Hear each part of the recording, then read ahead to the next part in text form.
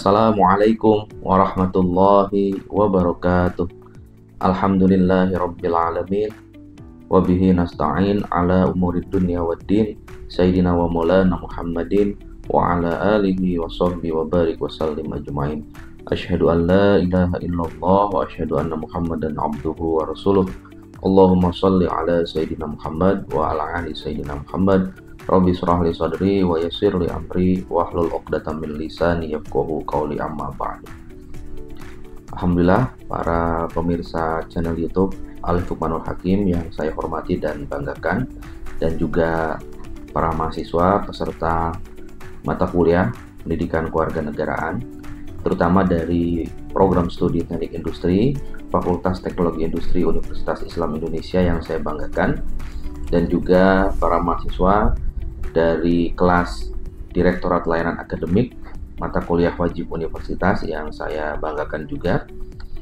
Kita selalu memanjatkan puji dan syukur kehadirat Allah Subhanahu wa Ta'ala atas segala nikmat karunia yang telah Ia limpahkan kepada kita, terutama nikmat iman dan Islam serta kebaikan dan juga kesehatan yang kita miliki sampai hari ini. Para mahasiswa sekalian yang saya banggakan, pada kesempatan kali ini saya ingin berbagi, menyampaikan materi tentang implementasi ketahanan nasional dalam memperkuat nilai-nilai kebangsaan. Kita tahu bahwa ketahanan nasional ini menjadi sangat penting, atau national resilience ini sangat penting bagi Indonesia, karena akan menentukan bagaimana kita melihat posisi lingkungan strategis kita saat ini, apa yang melingkupi kita.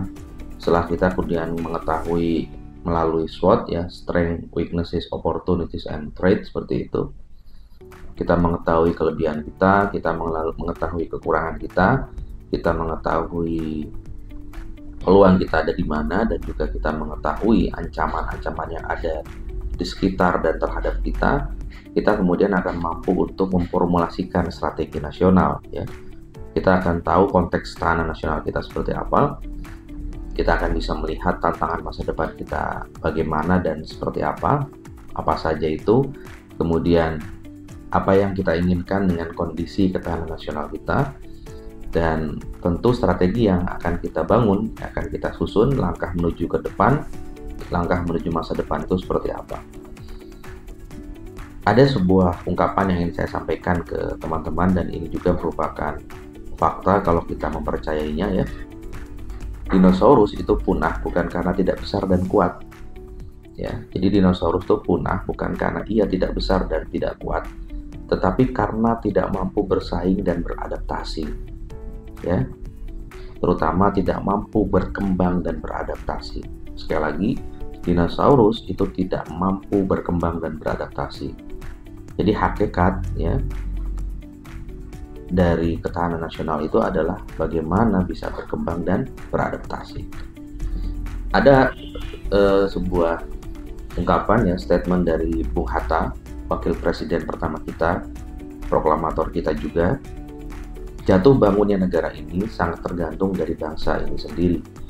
Makin pudar persatuan dan kepedulian, Indonesia hanyalah sekedar nama dan seuntai gambar di peta.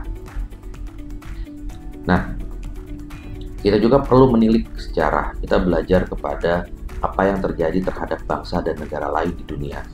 Kita ingat bahwa Yugoslavia itu dulu adalah negara yang banyak, terdiri dari beberapa etnis, dan juga di dalamnya ada negara-negara lain, yang itu menjadi bagian dari Federasi Yugoslavia.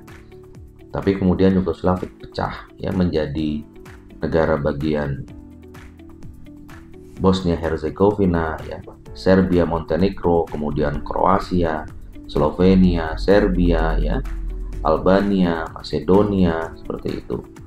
Jadi mereka terpecah-pecah, Montenegro, kemudian Cekoslovakia, kita ingat ada Republik Ceko dan Slovakia saat ini. Indonesia apalagi memiliki 17.500-an pulau.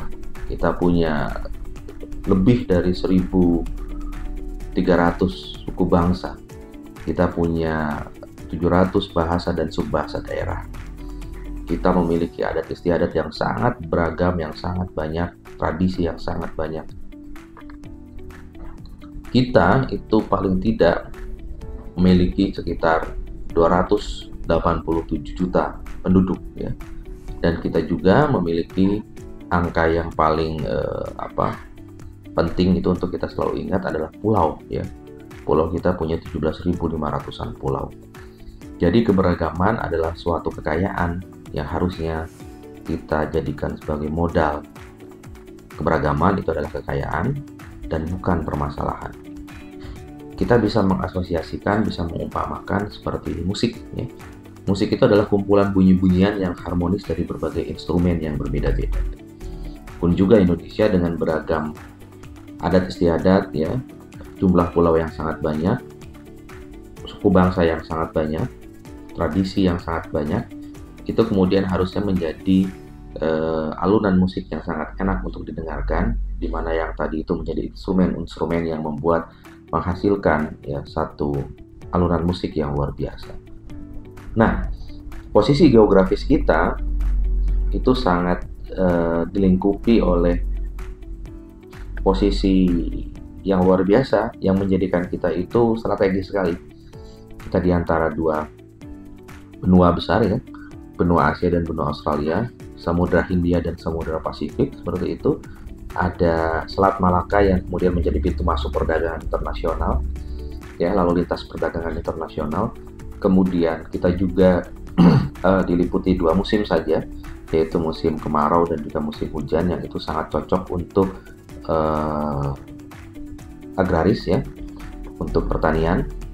Kemudian sektor perikanan laut juga hayati kita luar biasa dengan segala macam kekayaan alam yang terkandung di dalamnya, selain sumber daya alam kita yang juga itu sangat luar biasa. Kemudian kita adalah negara kepulauan terbesar, the largest archipelagic state, seperti itu. Kita punya keanekaragaman hayati yang luar biasa tadi itu. Kita juga hutan hujan tropis terbesar ke-8 di dunia. Kita merupakan titik persilangan ekonomi dunia. Dan kemudian kita merupakan negara dengan aneka ragam budaya yang luar biasa. Itu posisi geografis dan keunikan kita yang betul-betul akan menjadi modal kita dalam membangun, menjadikan negara kita, bangsa kita yang unik dan besar ini menjadi bangsa yang bermartabat dan juga tentu rakyatnya seharusnya sejahtera. Nah, ada dua pendekatan konsep ketahanan nasional yang perlu teman-teman ketahui ya dalam konteks saat ini, dengan dibungkus pemahaman bahwa siapa kita adalah bangsa Indonesia, bangsa yang baik ya, bangsa yang kemudian punya sejarah yang panjang. Kita harus memiliki nasionalisme yang kuat. Dan kemudian Anda, saya, kita semua harus tahu dari mana kita ini asalnya. Jadi kita harus paham sejarah bangsa kita. Kemudian kita juga harus paham ada di mana kita saat ini. Lingkungan strategis kita harus kita pahami agar kita kemudian tahu kita mau kemana. Wovadis kita itu mau kemana kita tahu, yaitu tujuan nasional kita. Apa itu melindungi segenap bangsa dan seluruh tumpah darah Indonesia, memajukan kesejahteraan umum, mencerdaskan kehidupan bangsa, dan ikut melaksanakan ketertiban dunia yang berdasarkan perdamaian abadi dan keadilan sosial. Dan tujuan kita yang paling utama jelas adalah bagaimana kita mewujudkan keadilan sosial bagi seluruh rakyat Indonesia. Nah, ada dua pendekatan konsepsi ketahanan nasional. Yang pertama, pendekatan engineering. Saya ingin tawarkan namanya pendekatan engineering. Bagaimana melihat ketahanan nasional sebagai suatu kemampuan untuk cepat kembali ke bentuk dan posisi semula pada saat terjadi tekanan, benturan, atau pembengkokan. Kemudian yang kedua, pendekatan sosial, yakni memandang ketahanan nasional sebagai kemampuan dalam merespon cepat, ya, beradaptasi dan berinteraksi dengan lingkungan. Ini saya coba ramu, saya kutip dari Profesor Muladi, ya, mantan Gubernur Lemhanas dan juga mantan Menteri Sekretaris Negara, kemudian juga mantan Guru Besar Universitas Diponegoro Semarang. Nah, kita harus tahu dulu pengertian dari ketahanan nasional. Yang pertama, apa itu kondisi ketahanan nasional? Kondisi dinamis bangsa Indonesia meliputi segenap aspek kehidupan nasional yang terintegrasi, berisi keuletan dan juga ketangguhan, mengandung kemampuan pengembangan kekuatan nasional dalam menghadapi, mengatasi ancaman, gangguan, hambatan, dan tantangan baik dari dalam maupun luar, untuk menjamin kelangsungan hidup bangsa dan negara dalam mewujudkan cita-cita dan tujuan nasional. Jadi hakikat dari ketahanan nasional itu adalah keuletan dan ketangguhan bangsa yang mengandung kemampuan pengembangan kekuatan nasional untuk dapat menjamin kelangsungan hidup bangsa dan negara dalam mencapai tujuan nasional. Konsepsinya, hakikat dari konsepsi ketahanan nasional adalah pengaturan dan penyelenggaraan kesejahteraan dan keamanan secara seimbang, secara serasi dan selaras dalam seluruh aspek kehidupan nasional. Nah, itu kalau dikonsepsikan dan di-inline-kan dengan konsep dan juga tujuan utama pemerintahan saat ini, Astaga-teranya Lemhanas, ketahanan nasional, ya, bagaimana mengelola geografi, demografi, sumber daya kekayaan alam, kemudian bagaimana membangun ideologi, membangun aspek politik, ekonomi, sosial, budaya, pertahanan, keamanan, itu dihubungkan dengan asta-cita Presiden Prabowo dan juga Wakil Presiden Gibran Rakabuming Raka, seperti itu. Nah, kedudukan dari TANAS atau Ketahanan Nasional adalah dijadikan merupakan suatu ajaran ya yang diyakini kebenarannya oleh seluruh bangsa Indonesia dan harus kita jadikan cara terbaik yang perlu dibina dan diimplementasikan secara berlanjut, secara terus-menerus dalam rangka membina kondisi kehidupan nasional yang ingin diwujudkan. Ya, fungsi ketahanan nasional itu memiliki doktrin ya agar terjamin terjaganya pola pikir, sikap, pola dan tindak pola kerja dalam menyatukan bangsa yang bersifat interwilayah, sektoral dan multidisiplin, menghindari cara berpikir yang terkotak-kotak atau parsial. Pola dasar pembangunan setiap pemerintahan itu harus memiliki rencana jangka pendek, rencana jangka menengah, dan rencana jangka panjang ya. Kemudian jelas harus punya metodenya seperti apa dalam mengimplementasikan dan melaksanakan kebijakan-kebijakan untuk memperlancar proses pembangunan dan peningkatan kesejahteraan masyarakat. Nah, kembali ke yang tadi di awal bahwa ketika kita memahami ketahanan nasional, bagaimana implementasinya, kita harus paham 4 hal penting, yaitu konteks ketahanan nasional, sudah saya sampaikan tadi, tantangan masa depan ini akan kita bahas, dan juga kondisi ketahanan nasional, serta bagaimana langkah menuju masa depan atau strategi kita ke depannya setelah kita mengetahui 3 kondisi sebelumnya. Ya. Saat ini kita berada di masa atau era yang disebut seringkali oleh banyak orang sebagai VUCA, ya. Volatility, uncertainty, complexity, and ambiguity. Ya. Bagaimana kita melihat ada dinamika geopolitik global, Cina versus Amerika dengan perang dagangnya, Rusia melawan Ukraina, ya, perang di Rusia Ukraina, kemudian bagaimana Palestina selalu konflik dengan Hamas di Israel, ya, kemudian konflik Laut Cina Selatan, ya, ada perkembangan teknologi, kemudian ada bencana alam atau climate change seperti itu ya. Ini bisa merubah konstelasi dan juga peta dunia kita ya dalam hal hubungan ekonomi, terutama politik dan sebagainya. Nah, kemudian kita bisa lihat bagaimana perang dagang Amerika dengan Cina itu adalah saling serang kenaikan tarif yang dampaknya sangat luar biasa bagi semua negara di dunia. Terjadi gangguan rantai pasok global, supply chain management di dunia itu terganggu, kemudian penurunan perdagangan internasional dari hampir semua negara di dunia, kemudian perlambatan pertumbuhan ekonomi global, kemudian perubahan arah investasi yang terjadi, dan banyak sekali terjadi kenaikan harga, ya, inflasi, ada pergeseran perdagangan, ya, kemudian ketidakstabilan pasar keuangan itu terjadi betul-betul luar biasa. Nah, konflik yang terjadi di berbagai belahan dunia tersebut dan melibatkan terutama negara-negara adik kuasa atau raksasa tadi, itu kemudian memporak-porandakan kehidupan dunia dalam konteks dinamika geopolitik ya. Terganggu banyak aspek tadi, terutama rantai pasok ya, kemudian perdagangan, kenaikan harga, inflasi dan sebagainya, krisis kemanusiaan, krisis lingkungan hidup ya. Apa yang dihadapi oleh Indonesia saat ini dengan beragam tantangan yang ada, terutama perkembangan teknologi ya. Kita jangan sampai kemudian tertinggal dan menjadi konsumen saja ya, menjadi konsumen belaka yang itu kemudian membuat kita makin tidak mandiri. Kita harus ingat bahwa dampak perkembangan teknologi itu betul-betul luar biasa, merubah hal yang analog menjadi digital, kemudian dari konsep dunia nyata menjadi dunia cyber. Dan kita perlu tahu karakter dunia di era revolusi industri 4.0 seperti itu ya. Jadi perubahan teknologi ternyata bukan hanya merubah cara bertindak, namun juga merubah cara berpikir.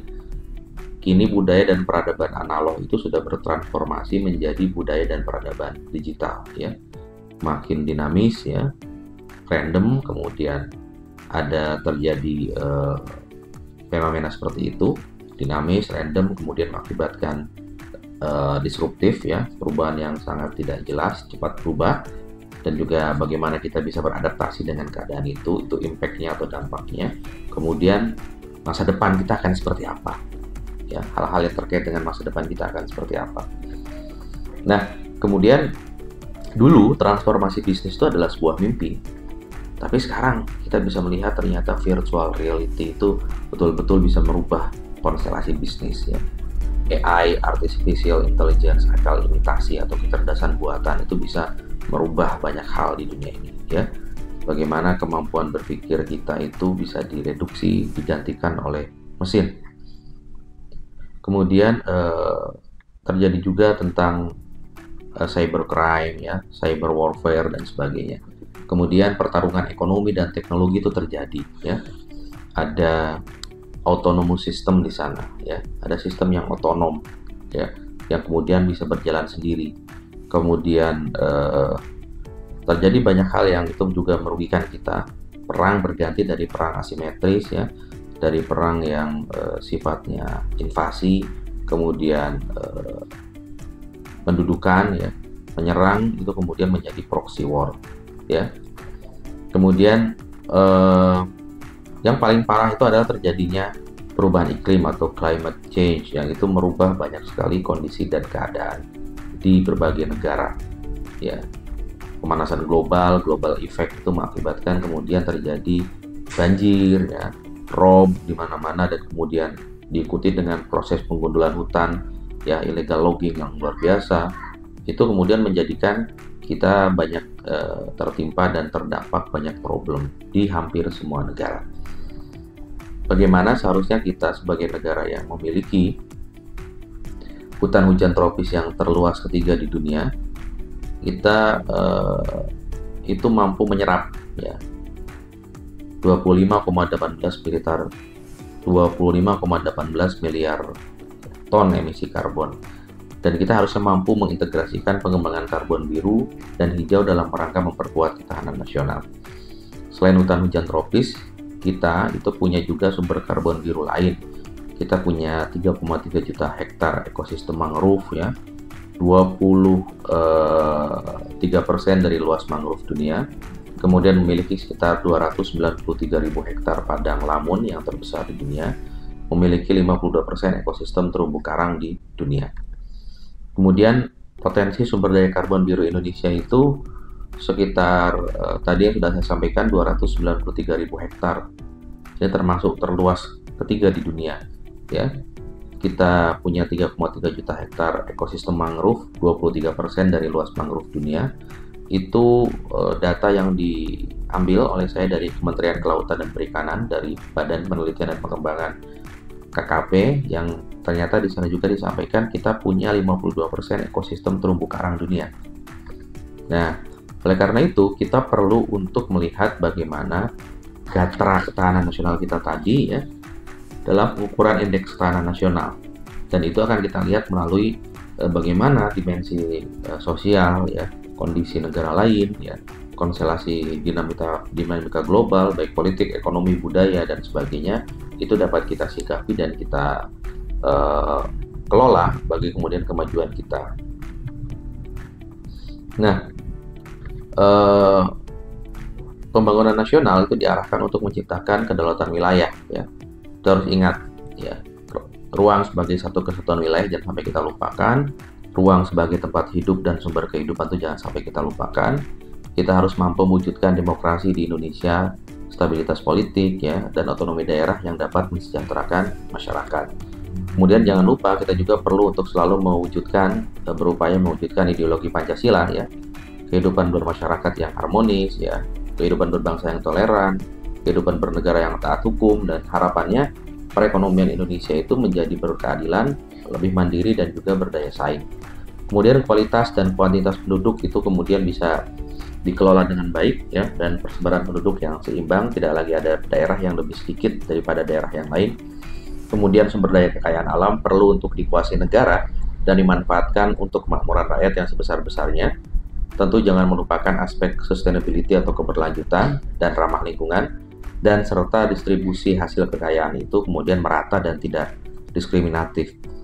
Dan jangan lupa di aspek sosial budaya kita perlu untuk meningkatkan integrasi nasional untuk perkuat persatuan, mewujudkan manusia Indonesia yang cerdas, berkarakter dan berwawasan Pancasila, serta dalam bidang pertahanan keamanan kita perlu melihat bahwa kemampuan kita dalam menangkal ya hal-hal tidak baik dari luar ya, kemudian bagaimana membangun konsepsi bela negara yang baik ya, dan juga penegakan hukum serta keamanan dan ketertiban nasional.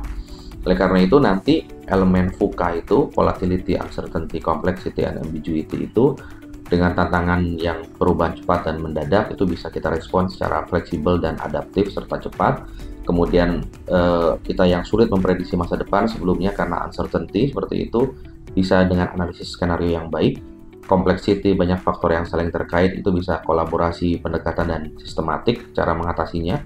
Serta ambiguity, informasi yang kabur atau tidak jelas itu bisa kita selalu atasi dengan cara pembelajaran. Kita selalu belajar, berupaya untuk melihat secara lebih utuh dan komprehensif.